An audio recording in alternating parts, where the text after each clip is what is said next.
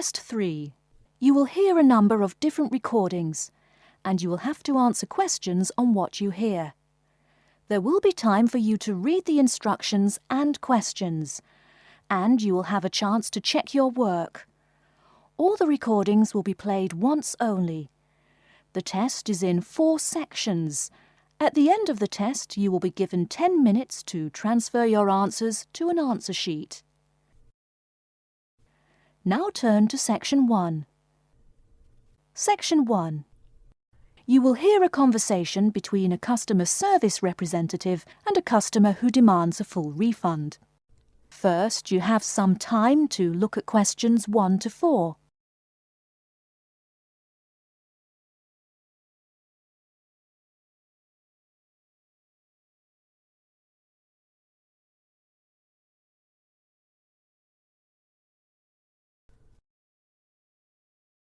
Hello and welcome to Under Pressure Enterprises Customer Service Department. This is Kelly. How may I help you? Yes, I'm calling about one of your rice cookers I just purchased. What seems to be the problem, sir? Seems? There's no seeming about it. The blasted thing shoots hot steam all over the place, that's what. It nearly scalded my hand when I went to open it. Why, it could have killed the cat or something. It could have exploded and killed my wife and me. Sir, please calm down. As long as the steam escapes the cooker, it won't explode. So you're telling me there's no problem? Are you calling me a liar? Sir, no one is calling you a liar. Yes, so I demand a full refund. Under Pressure will be happy to refund your money, sir. Now, I just need some basic information. Okay. Sorry, I do tend to get a little hot under the collar. My wife tells me to slow down. So, what do you need to know? Sir, don't worry. I just need to ask you the model number of the cooker. Where are my glasses? Here. Let's see. It's R242. R242. Okay. And how much did you pay for the product? £89.99. It was on sale, I guess I should tell you. Thank you, that's honest of you. Now, where did you buy the cooker?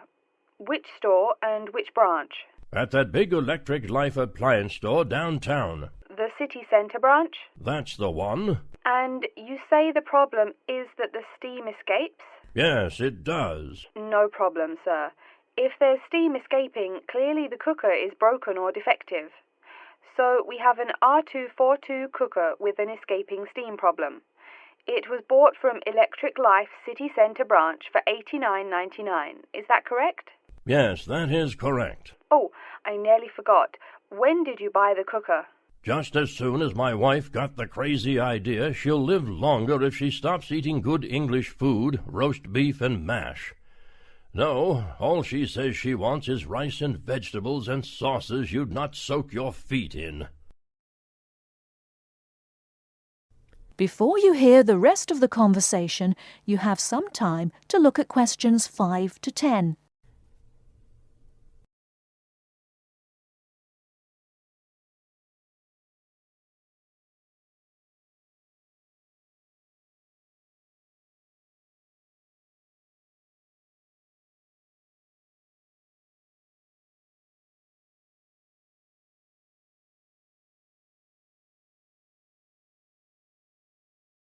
Now listen and answer questions 5 to 10.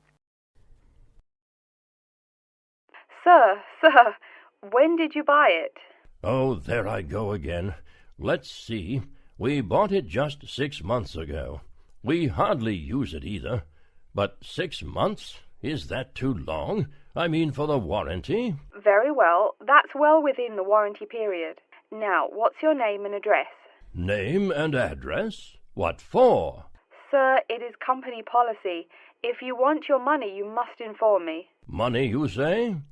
Oh, my name is Herbert Hewitt, and my address is 84 Park Road. Is that here in Coventry? Yes, the postal code is B0241DJ. But I don't think sending things in the mail is very secure or very efficient. I mean... Don't worry, Mr. Hewitt, don't worry. We can credit the money to your credit card. You do have one, don't you? Yes, that's how we paid for the cooker. Oh, yes.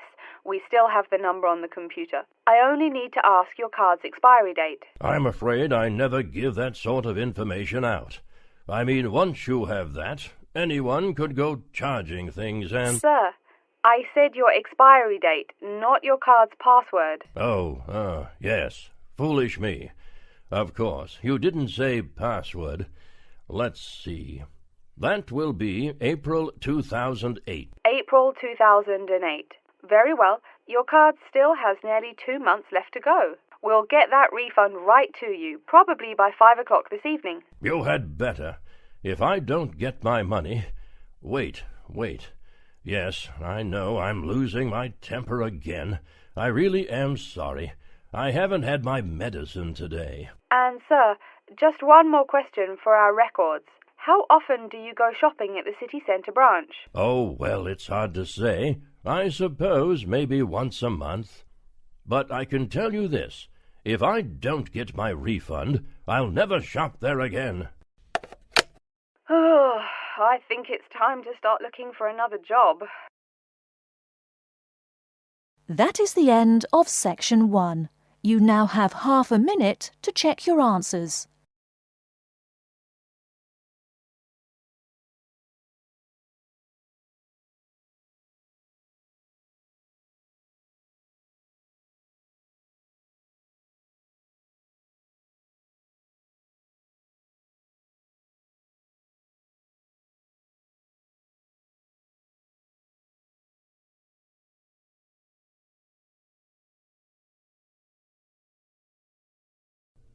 Now turn to Section 2.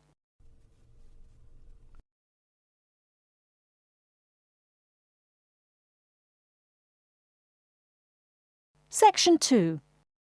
You hear a talk by a counsellor from the University of New South Wales, who will introduce some useful facilities and services on the campus.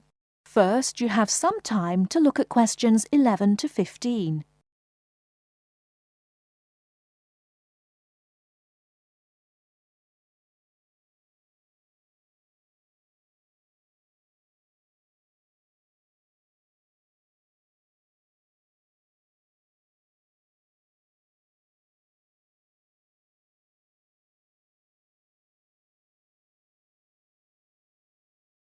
Now, listen carefully and answer questions 11 to 15.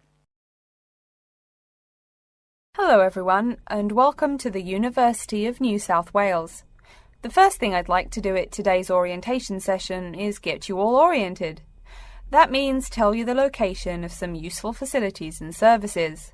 So, first of all, take out the maps we gave you all as you came in the door. The map is the big yellow sheet of paper. As you can see on the map, north is at the top, south at the bottom, etc. Which way is north? Well, look through that window on my left, your right. See the rising sun? That would have to be east. So north must be directly behind me. Now, we're at the campus main gate. The recreational facilities are on my right hand, and its opposite is the student centre. No questions? Good. Pretty easy, right? Okay. Did everyone eat breakfast at the student food service this morning? Was the food good? Yes, I am joking. I've eaten there too. So, after a meal like that, you must be eager to go to a doctor, right? Well, I have good news for you. The Student Health Centre is located about half a kilometre straight north of here. Look on your maps. You see the street on the east side of this building? Ned Kelly Avenue? Just follow that about 500 metres and the health centre will be on your left at the 3rd cross street. Now, I know you all just got here, so you must be wondering how to tell your folks you've arrived safely, how much you miss the dog, and how you already need more money. If you don't have an iPhone, you probably are wondering where to find a computer. Well, I have good news. If you go straight out of its door and walk down the garden street, you'll see the internet unit on your left side, just next to the gym. The hours are posted on the door and the computers are free, but you must bring your student ID card with you. Like I tell everyone, if you need help with anything, you can probably find right here in the Student Centre. Do you see the 4 buildings there between the Student Centre and the library? Those are the dormitories. The men's dorms are the 2 on the south, the women's the 2 on the north. Okay, I'm sorry to have to tell you, but the university has been doing a lot of repairs and remodelling and it's not all done yet. So there may be some small problems with your dorm rooms. Maybe the window doesn't open. Maybe an air conditioner is missing or does not work. If there are any problems, you can go to the complaint office, which is right beside the teaching building between the Parker Street and the Crammer Street. Just tell them your problem and they should have it fixed by the time you graduate in 4 years. I'm joking, but please be patient. There are a lot of little things they need to take care of. Tired of the school food? No? Give it a week. Or maybe you just need a place to get coffee in the wee hours of the night during one of those marathon study sessions. Either way, you definitely have to check out the little cafe just past the women's dormitories. They've got free Wi-Fi, so a lot of students saddle up with coffee and a bagel for hours on end to get work done. Before you hear the rest of the talk, you have some time to look at questions 16 to 20.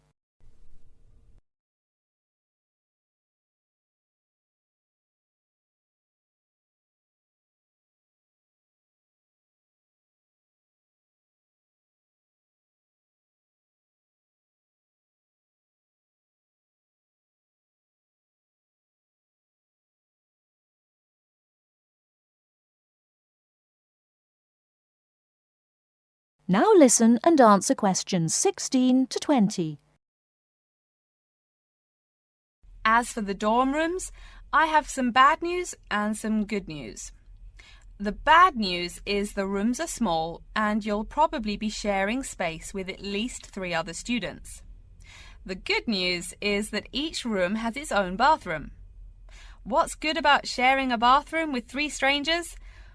Good question. Okay, call it bad news and worse news. Hey, maybe try this for good news. Each dorm has a kitchen. If you want to make snacks or meals, you can do it there. You can buy food containers at any campus convenience store, so you can store your food in the kitchen. But a word of warning, you should definitely write your name on your food containers. Sad to say, there are food thieves among your fellow students. Speaking of thieves, a word about security. I mean, this is Australia, and we do get drunken bushrangers wandering onto campus. Each of you will be given a key for your dorm room. Don't lose it. You have to pay for any replacement and fill out a bunch of papers too. Red tape, huh? Your key does not work for the front door of your dorm, however. To the right of each door, there's a keypad with numbers. When you move in, they will tell you the code you use to enter the door. Please do not tell the code to people who do not live in the dorm. Let's see. Have I forgotten anything? Oh yes, most of you are not rich, correct? So when your clothes get dirty, you can't just throw them away and buy new ones. That means you have to learn to do laundry. Or, men, that means you have to hurry up and get married. If you decide to wash those clothes and not get married, there are laundries in each dorm. Where? Oh, I almost forgot to tell you. The laundry for each dorm is in the basement. Some real good news this time if you're a student, it is free. You do have to buy your own soap, however. The laundry closes, by the by, at 11:30. And now that I've mentioned 11:30, please remember, the dorm doors are locked at 11:30 p.m. Your code will not work. If you want to get in, you'll have to call the night watchman. Don't worry, you can get that number at the dorm office. Yes, the dorm office and the complaint office are the same office. All right then. Before we continue, are there any questions? That is the end of section 2. You now have half a minute to check your answers.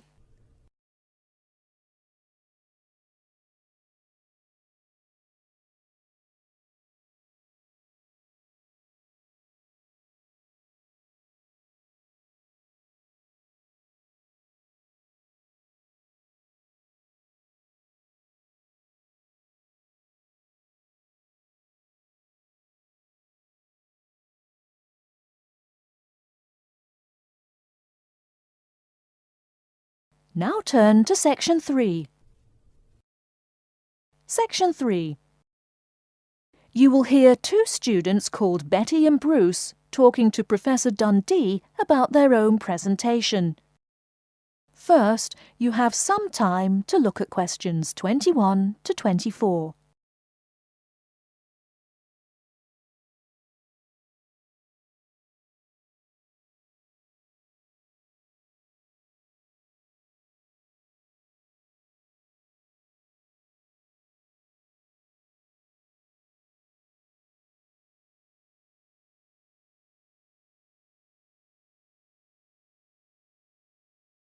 Now, listen carefully and answer questions 21 to 24. Come in. Professor Dundee, we're ready to make our presentation. Oh, yes. I did say 1 o'clock, didn't I? Please, sit down. So, who goes first? Bruce? Or you, Betty? I guess I could. Bruce is always a little shy. Not after he's had a lager for lunch, eh, Bruce? Ha ha! No, Betty really should go first. OK, well, I'm reporting on the effects of different marketing strategies on the cheese and oil markets. Different strategies obviously affect the sales volume differently. I looked at the sales in 2 countries, New Zealand and Colombia. And what did you find? Pray tell. Well, in New Zealand, the sales of both oil and cheese have declined pretty steadily, and in fact, the sales have decreased more quickly than the population. On the other hand, in Colombia, the volume of sales for both products has remained the same. Wait, so you said sales in New Zealand have been going down? Correct. Suppliers have introduced 2 new upscale brands of each product, which are a bit expensive but very tasty. The big ad agencies are trying out a new series of ads that shift the focus from health to great taste. They think that will get sales moving up in New Zealand, where the population is less affluent and generally less health conscious. Brilliant. Thank you. And Bruce? Yeah. My report is about chocolate sales in Italy and Germany. The 2 countries' marketers have found out that you have to market chocolate differently in each country. For example, in Italy, Kostig, the most expensive brand, pays shop owners to put the candy just about knee-high for an adult. I don't see. For little kids, that's about eye level. That bright red candy is the first one they see, so they buy it. Even better, they start telling their moms to buy it too. So, you mean? Well, I mean, in Italy, if you locate your product at the right location of shelves, sales do great. They say it doesn't matter much what brand of chocolate you're selling. As for Germany, das Land der Schokolade. Huh? That's German.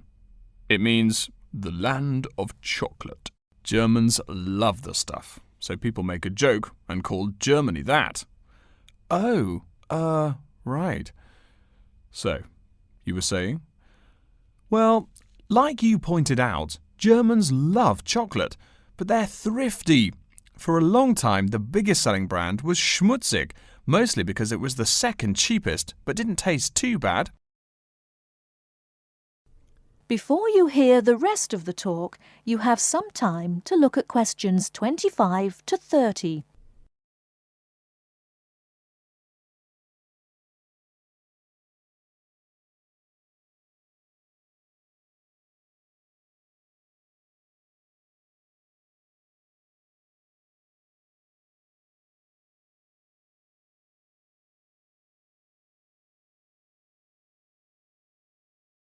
Now listen and answer questions 25 to 30.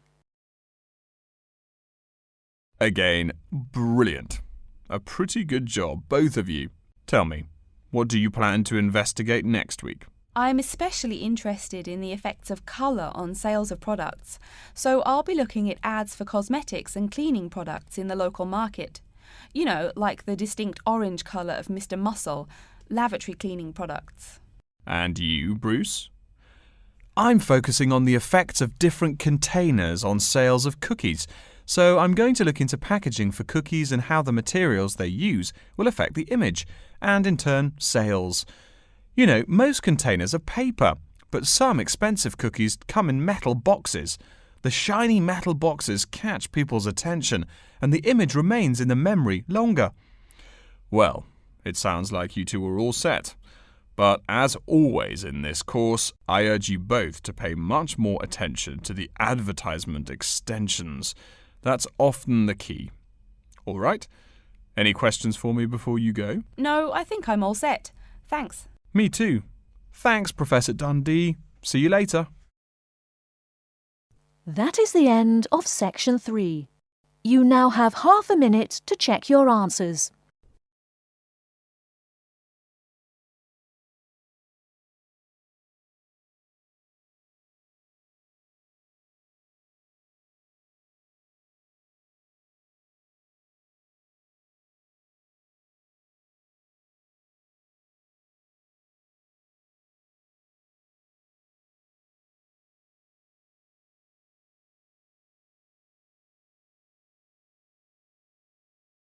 Now turn to Section 4.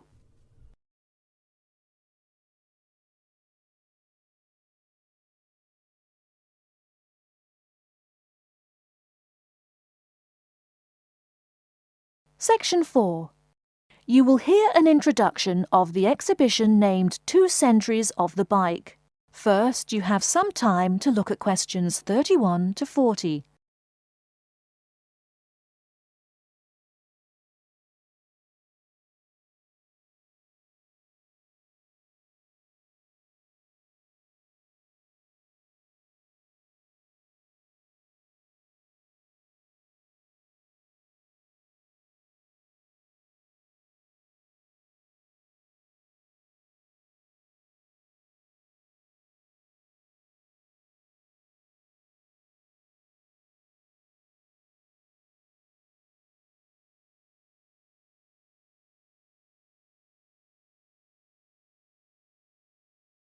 Now listen carefully and answer questions 31 to 40.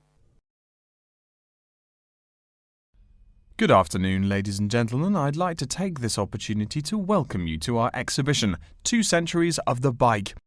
Let's stroll around the exhibition, shall we? Although there were a few early efforts back in the 1700s, you didn't really see many bikes till, say, the 1830s in England.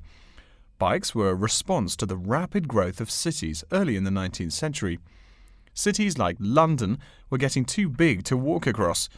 The early bike let people travel with less effort than walking. Plus, a bike was a lot cheaper than a horse. Think of it. No one invented a bike for, 5,000 years of human history. Why did people do it then? Probably because this was the start of the machine age. People wanted machines to do all the work. There were some drawbacks, however. For one thing, there were no pedals. You simply pushed yourself along using your feet, kind of like today's skateboard.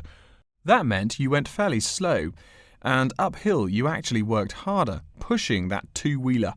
Plus, the wheels were made of wood covered with metal, as you can see from this model.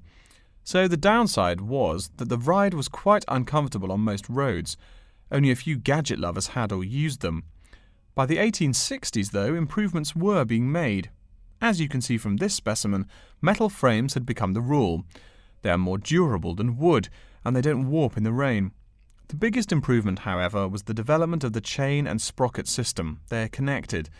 This meant you did not push the bike. You used pedals, just like today. You had to try harder to balance, so it took some practice to figure out how to use the pedals.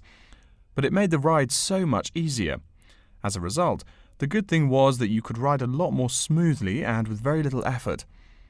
By the 1880s, another big change was the use of rubber wheels.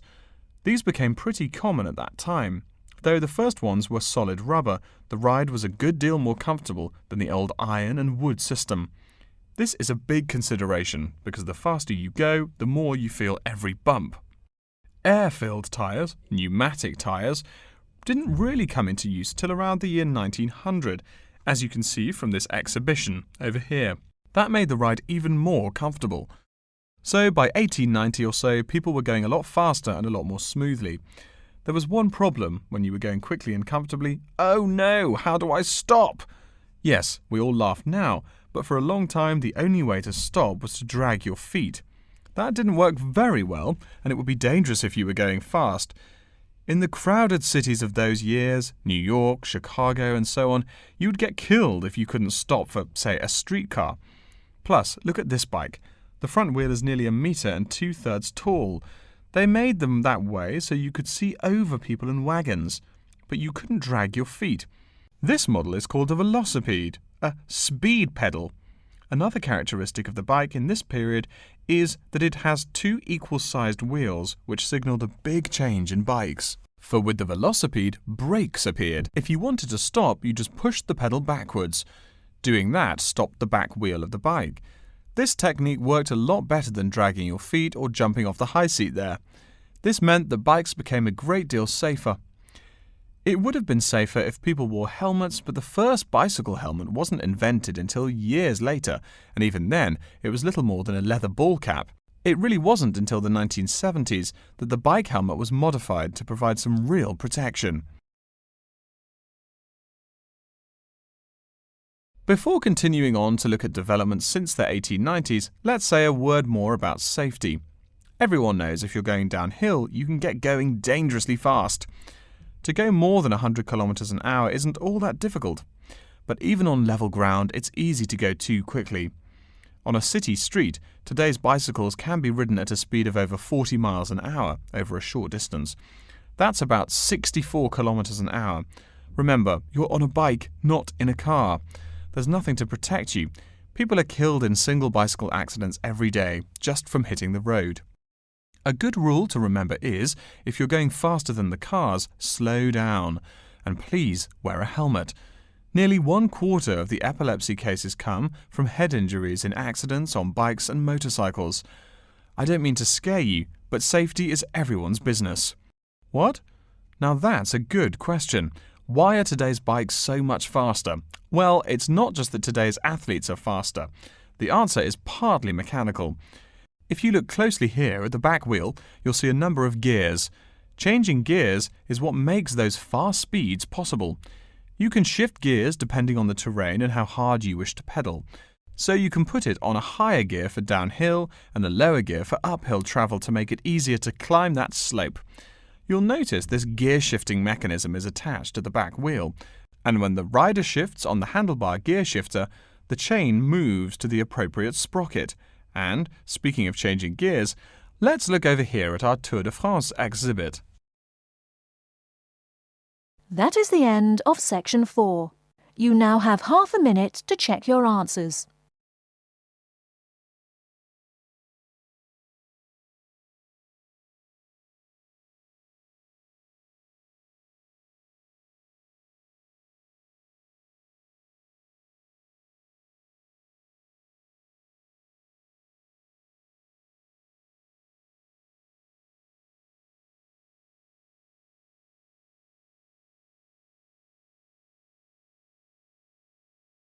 That is the end of the listening test. In the Ielts test, you will now have 10 minutes to transfer your answers to an answer sheet.